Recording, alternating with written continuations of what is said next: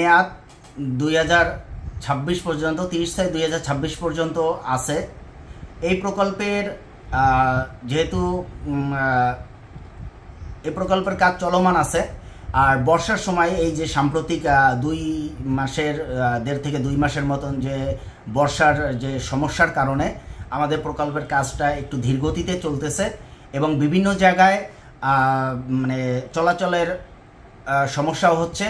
সেই জায়গাগুলি আমরা এখন এই যে বর্ষা কমে গেলেই আমরা রিপেয়ার মেরামত করে যত দ্রুত সম্ভব মেরামত করে দিয়ে আমরা সড়ক চলাচলের উপযোগী করে রাখব।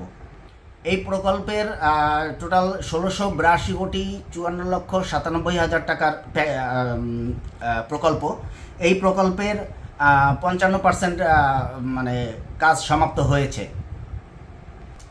আগামী 30/6/2026 ভিতরে এই প্রকল্পের সকল কাজ সমাপ্ত হয়ে যাবে ইনশাআল্লাহ।